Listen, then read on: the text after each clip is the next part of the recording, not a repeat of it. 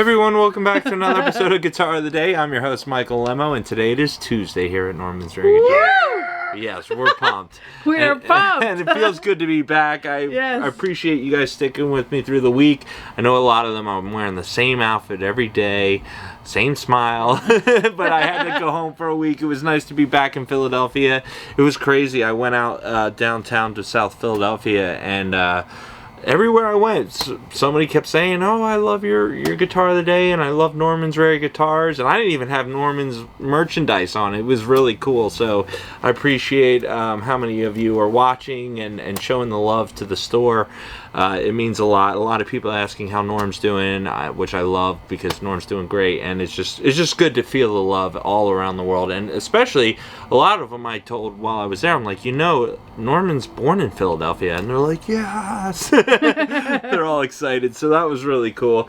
And also, I know I've talked about it, but it was kind of pre-shot thing. Our show for the Midnight Mission at the Alex Theater was great. You can also see my performance with Cody and JT and Minta on harp, Dylan Meek on keyboards. It was a great night. We raised a lot of money for the homeless for the Midnight Mission, and it was just a special night. I got to play with John Oates, who's, by the way, one of the coolest guys ever. And speaking of Philadelphia, he's a legend all around the world, but also in Philadelphia it means really a lot to us. He went to the same college as my father and my sister, Temple. I think that's maybe even where him and Daryl met, so pretty cool. But yeah, just a special night. Joe Bonamassa obviously killed it. Judd Abrams and the family band, great harmonies. Jason Sine, they played a cover of Dreams by the Allman Brothers that was insane. And John Molo on drums is just ridiculous. Such a cool band. They did Lawrence Juber. I mean, the list goes on. Saxon Weiss with Ellie Samui. It's scary how good these young guys are. And it was just an amazing night. And REO Speedwagon, Dave Amato. I could keep going, and I should keep going, but I'll keep forgetting, so I'm not going to screw up. But I appreciate you guys so much. It feels great to be back, and it was a rainy day here today. Getting here was a little scary, but we made it because we needed a new episode. So here we are. This is a guitar that just walked through the door. I think I say this every time, but it is important that we're always buying guitars. This is how we get stuff like this. And I know a lot of people, even when I was traveling to Philadelphia, going to guitar stores, they were saying like, "Oh, it's so hard to find the vintage stuff." It is, but it's still out there, and this is proof. This is a 1956 Gibson Jr. in TV yellow. Wow. And it is so cool. Different TV yellow, too. Yeah. It's very, like, muted. Yes. And it's got a really kind of classy look to it. Big neck on this one, a big 56 neck, even bigger than I would say like a 58 Les Paul style, almost around that, but a little wider than that. The guitar's actually got some weight to it. It's not too heavy, but it's definitely heavier for a junior. They're usually not as heavy as like a regular Les Paul, but this one's up there, wraparound tailpiece, which is really cool. With the bridge, one P90 with the black covers, that's how you know it's an older one. Original frets too, I think, which is pretty crazy. They're lower, but you can still really play the heck out of this guitar. Let's take a look at the back. Wow, it's nice. Yeah, really clean and nice. This is just a time machine, and it's got the original alligator case. These usually get really beat up over time, just to make sure there's no tags in here, because it is Norman, you never know. No, but that's okay. It's still got the Gibson emblem over the pouch. That usually goes away too. This is one of the coolest guitars. Single cut. Obviously they have the double cut too, but the single cut always has that really raw look to it, and it even has that sustain that I love. So we're going to take this one out front and just get to it. I'm going to tune the A string down to a G. Everything else is standard. And we're going to have a little fun with it. So thank you guys so much. We appreciate you. And a lot more fun stuff coming your way and our way. And yeah, let's take it out front. Let's go. Woo. Woo. Alright, we're out front with the 1956 Gibson Les Paul Jr. in TV yellow. A different kind of TV yellow too. It's a little bit more dull, but really cool. Big neck on this guitar. Yeah, we're going through a Fender Super Reverb, starting off with just that one pickup. That's all we got. Let's see what it sounds like.